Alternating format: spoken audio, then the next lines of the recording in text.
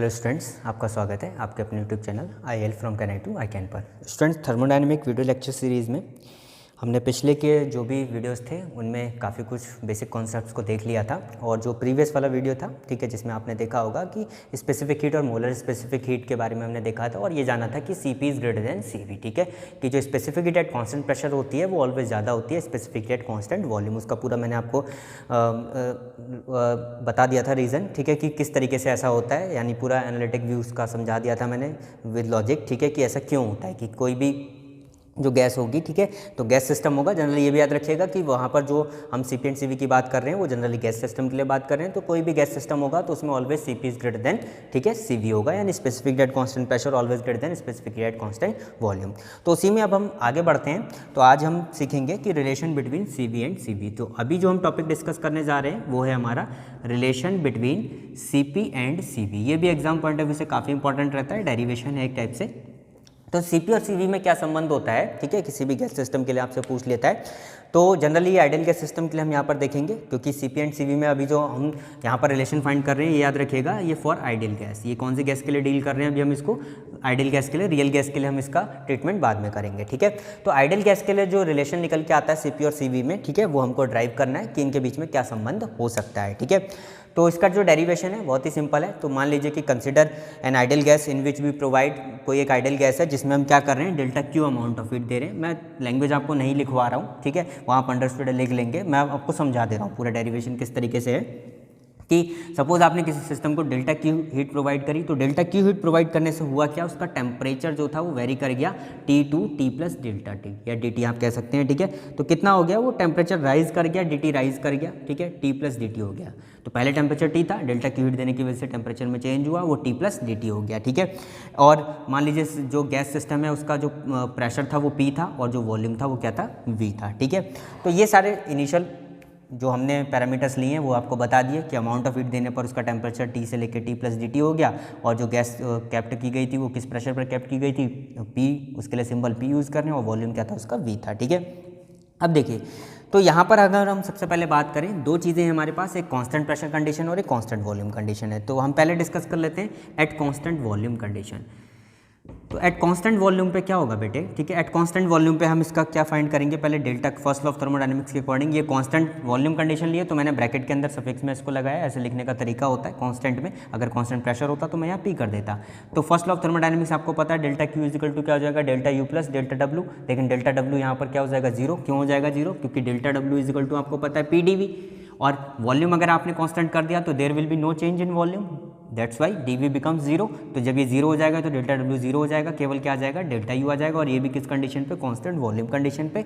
ये हमने question number 1 consider कर ली, ठीक है। आई होप आप समझ गए होंगे, बहुत सिंपल सा लॉजिक है। By using first law of thermodynamics we can write this equation, delta Q at constant volume must be equal to delta U at constant volume, ठीक है, फॉर एन आइडियल गैस, ठीक है। अब देखिए दूसरी condition आती है, if the system is kept at, ये तो हमने कांस्टेंट वॉल्यूम पे करा, if the system is kept at constant pressure. अब मैं कौन सी कंडीशन इसमें इंपोज कर रहा हूँ, मैं कांस्टेंट प्रेशर पे इसको डील करूंगा, ठीक है। तो कांस्टेंट प्रेशर पे क्या होगा, bye using first law of thermodynamics, delta Q at constant pressure, ठीक है, क्या हो जाएगा, डेल्टा यू भी आएगा कांस्टेंट प्रेशर, और यहाँ dw जीरो हो नहीं पाएगा बिकॉज कांस्टेंट प्रेशर कंडीशन है, dv जीरो नहीं होगा, और p तो जो भी आपने कांस्टेंट वैल्यू ली होगी वो होनी है। तो यहाँ पर साथ में हमको क्या लेना पड़ेगा, डेल्टा w भी लेना पड़ेगा, या आप इसके प्लेस पर ये भी यूज़ कर सकते हैं, delta Q P is equal to delta U at constant pressure plus PdV, because delta W is equal to क्या होता है, PdV होता है। आप इस फॉर्म में इसको यूज़ करिए और कंसिडर कर लेते हैं इसको क्वेश्चन नंबर 2, ठीक है। अब देखिए हम कौन सा सिस्टम डील कर रहे हैं, अभी मैंने आपको बताया जो मैं रिलेशन फाइंड करने जा रहा हूँ या Cp और Cv के बीच में, वो कौन से सिस्टम के लिए, वो आइडियल गैस सिस्टम के लिए। तो अगर आइडियल गैस सिस्टम के लिए हम इसको डील कर रहे हैं तो देखिए होगा क्या, फॉर आइडियल गैस,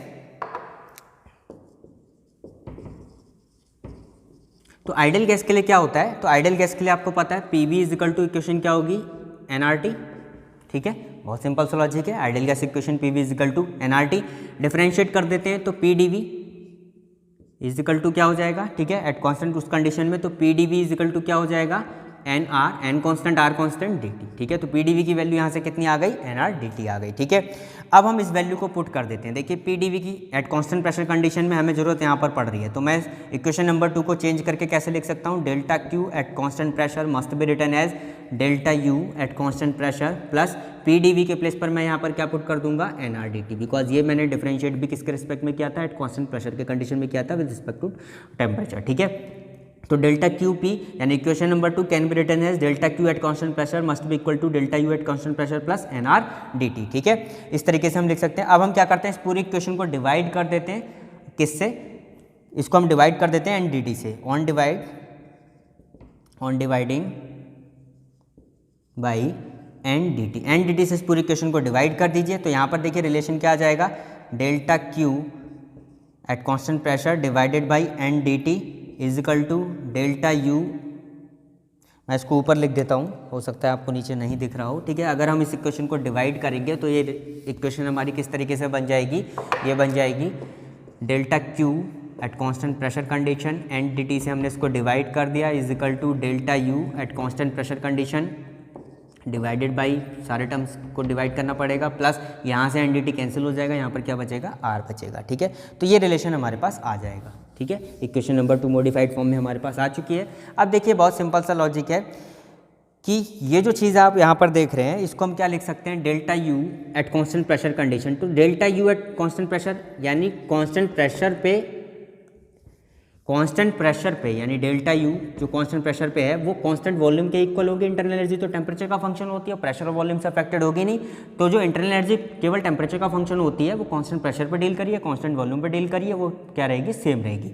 तो अब मैं इस इक्वेशन को चेंज करके कैसे लिख सकता हूँ, delta Q at constant pressure divided by N D T plus मैं इसको लिख दूंगा, sorry, is equal to delta U, अब मैं इस प्रेशर की जगह वॉल्यूम को यूज़ करूंगा, एन डी टी ऐसे ही रहेगा, प्लस आर हम यूज़ कर सकते हैं, ठीक है, बिकॉज ये चीज़ हमें पता है, अंडरस्टूड है, बहुत सिंपल सा लॉजिक है।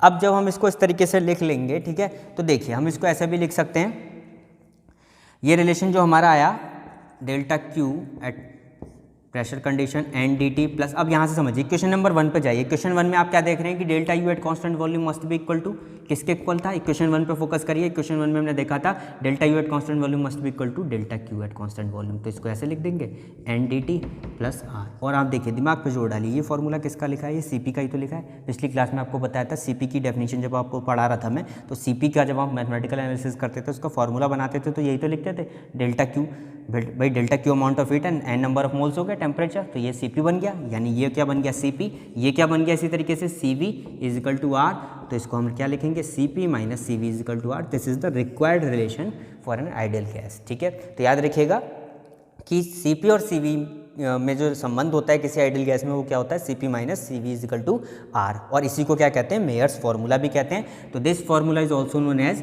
मेयर्स फार्मूला, मेयर्स का सूत्र कहलाता है, ठीक है। ये शायद आपने पहले पढ़ा भी होगा, इसका डेरिवेशन इस तरीके से किया जाता है। तो C P minus C V is equal to R defines only for ideal gas, ये बात जरूर याद रखिएगा, रियल गैस में ये फॉर्मूला चेंज हो जाता है, ठीक है। तो यहाँ कन्फ्यूजन नहीं होना चाहिए कि हर टाइप की गैस में है, हर टाइप की गैस में नहीं होगा, आइडियल गैस सिस्टम में ही आपका एग्जिस्ट करेगा C P minus C V is equal to R, और this is known as Mayer's formula, ठीक है। रियल गैस के लिए फॉर्मूला मॉडिफाइड होता है, ठीक है, वो चेंज करेगा, ये C P minus C V is equal to R real gas के लिए वैलिड नहीं होगा। तो ये मैंने पूरा डेरिवेशन आपको बताया, ये रिक्वायर्ड रिलेशन होता है सी पी और सी वी में किसी आइडियल गैस के लिए, ठीक है। तो एक तो ये टॉपिक हमने कवर कर लिया, इसके साथ हम आगे बढ़ते हैं, जो आगे की चीज़ें हमें पढ़नी है वो आता है डिफरेंट टाइप ऑफ प्रोसेसेस, ठीक है। तो थर्मोडायनेमिक प्रोसेसेस की बात करते हैं, डिफरेंट टाइप्स ऑफ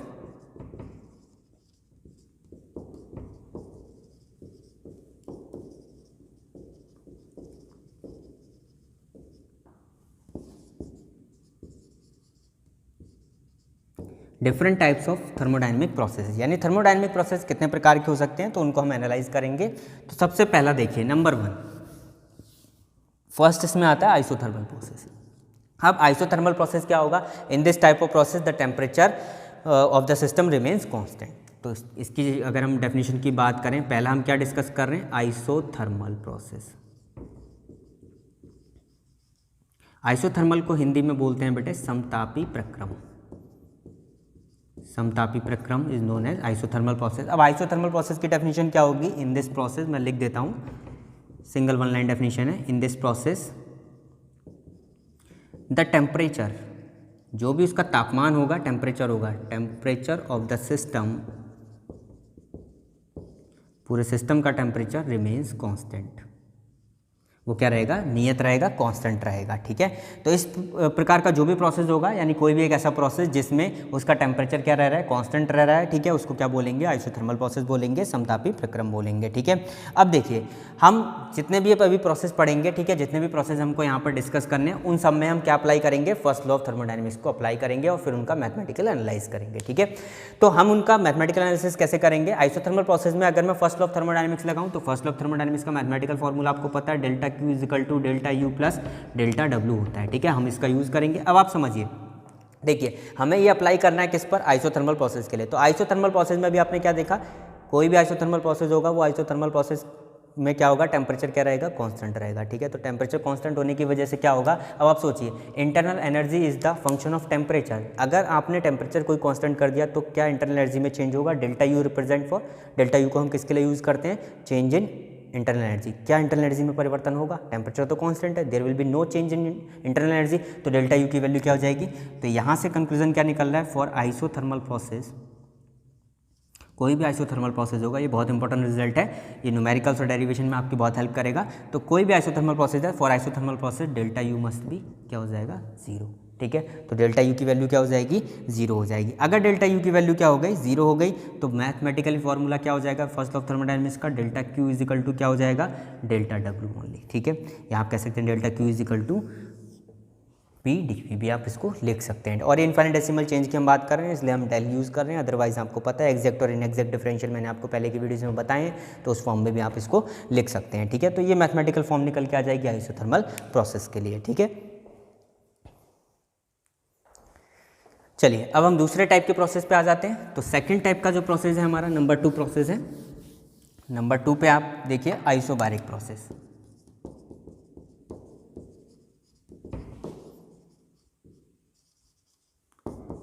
तो आइसोबारिक प्रोसेस में क्या होगा, ठीक है, आइसोबारिक का मतलब होता है समदाबी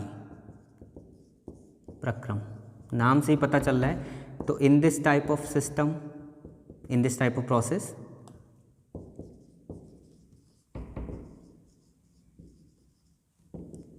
द प्रेशर, इसमें क्या चीज़ कांस्टेंट रहेगी बेटे, प्रेशर कांस्टेंट रहेगा, pressure remains constant.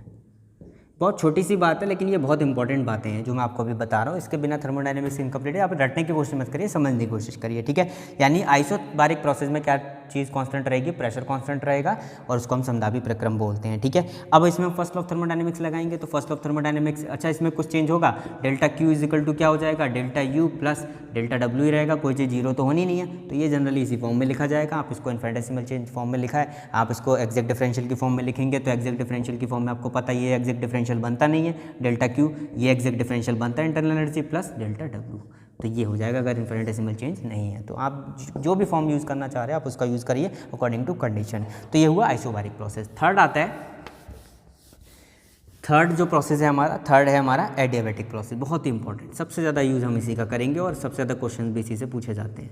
Adiabatic process, adiabatic process को बोलते हैं हिंदी में बेटे रुद्धोष्म, सुना होगा आपने इसके बारे में, रुद्धोष्म प्रक्रम। ठीक है, तो रुद्धोष्म प्रक्रम क्या होता है, तो इस टाइप का जो भी प्रोसेस होगा, in this type of process there is no heat exchange between system and surrounding. Main बात याद रखिएगा, सिस्टम सराउंडिंग आपको पहली वीडियो में बताया था। ठीक है, in this process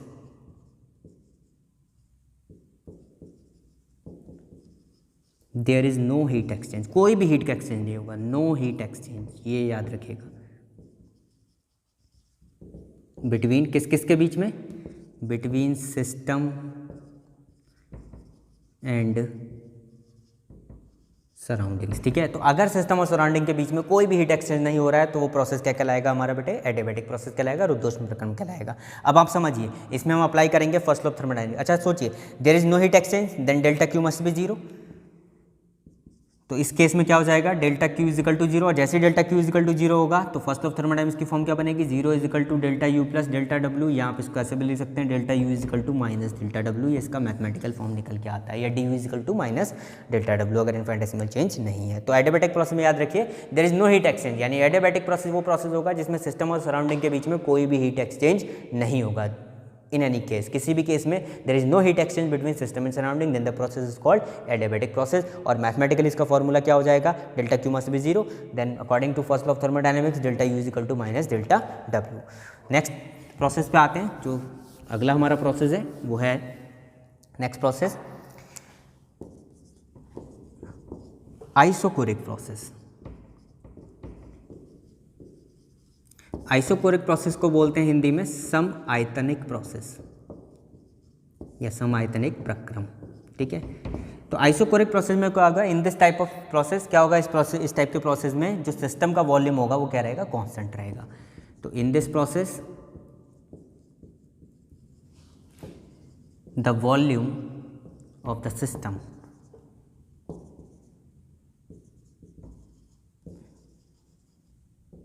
remains constant, समझ गया ना, ठीक है। तो इसमें क्या रहेगा, वॉल्यूम कांस्टेंट रहेगा। अच्छा सोचिए, जब वॉल्यूम कांस्टेंट रहेगा तो फर्स्ट लॉ ऑफ थर्मोडायनेमिक्स का हम यूज़ करते हैं, तो delta Q is equal to क्या होगा, डेल्टा यू प्लस कितना P D V, delta W का पी डी वी लिख सकते हैं, ठीक है। तो डी वी देर अगर वॉल्यूम फिक्स हो गया तो ये जीरो हो जाएगा, तो delta Q is equal to क्या बचेगा, डेल्टा यू, बिकॉज ये टर्म तो क्या हो गया, जीरो हो गया। तो इस केस में इसका मैथमेटिकली ये फॉर्मूला आता है। तो आइसोकोरिक प्रोसेस में वॉल्यूम कांस्टेंट रहता है, जिसकी वजह से उसका मैथमेटिकल जो एनालिसिस करेंगे फर्स्ट लॉ ऑफ थर्मोडायनेमिक्स के अकॉर्डिंग, तो फॉर्मूला क्या बनेगा, delta Q is equal to delta U. एक और प्रोसेस होता है, नेक्स्ट प्रोसेस क्या है हमारा, वो है free expansion process.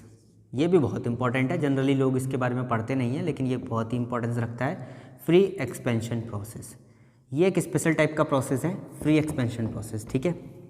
Free expansion process में क्या होता है, in this process there is no heat exchange between system and surrounding and there is no work done also. देखिए एडियाबैटिक की कंडीशन तो इसमें एग्जिस्ट करती है। मैं देखिए समानता क्या है, एडियाबैटिक और इसमें डिफरेंस क्या है ये भी बता देता हूँ, समानता क्या है वो भी बता देता हूँ। एडियाबैटिक की तरह इसमें there is no heat exchange system और सराउंडिंग के, लेकिन साथ ही साथ वर्क डन भी जीरो हो जाएगा। अगर किसी भी प्रोसेस में there is no heat exchange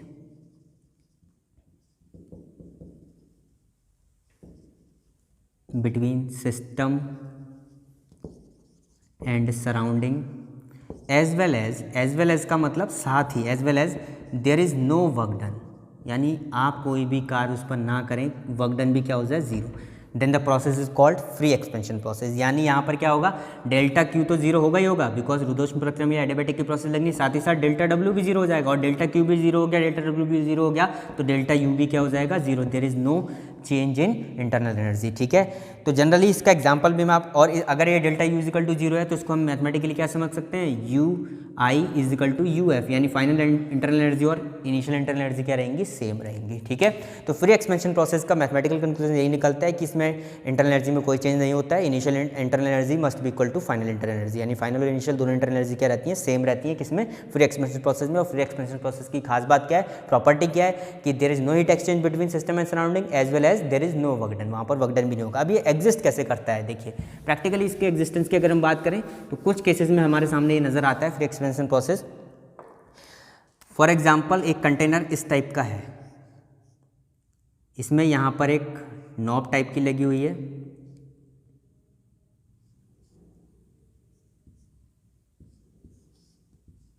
ठीक है, इस तरीके से। अब इसमें क्या है, कुछ गैस मॉलिक्यूल्स हैं, आपने क्या किया, ये नॉब को हटा दिया, तो ये सारे गैस मॉलिक्यूल्स क्या होंगे, इधर आ जाएंगे। क्या सिस्टम और सराउंडिंग के बीच में कोई हीट एक्सचेंज हुआ, नहीं, ठीक है। और साथ ही साथ कोई एक्सटर्नल वर्क डन आपको करना पड़ा, कुछ नहीं करना पड़ा, नॉब हटाई बस, ठीक है। तो आप देख रहे हैं कि इस टाइप से क्या हुआ, दोनों की इंटरनल एनर्जी क्या कर जाएगी, मैच कर जाएगी, इनिशियल इंटरनल एनर्जी और फाइनल इंटरनल एनर्जी क्या हो जाएगी, सेम हो जाएगी। तो ये इसका क्या होता है, फ्री एक्सपेंशन का आप कह सकते हैं डिफ्यूजन इसका एग्जाम्पल है। तो ये मॉलिक्यूल्स क्या कर जाएंगे, ये डिफ्यूज कर जाएंगे इस साइड में, ठीक है। ये कंटेनर ए था, ये कंटेनर बी था, तो इस तरीके का जो प्रोसेस होता है उसको क्या बोलते हैं, फ्री एक्सपेंशन प्रोसेस बोलते हैं। इसके अलावा जो डिफरेंट टाइप के प्रोसेस होते हैं उसमें साइक्लिक प्रोसेस की भी हम बात करेंगे।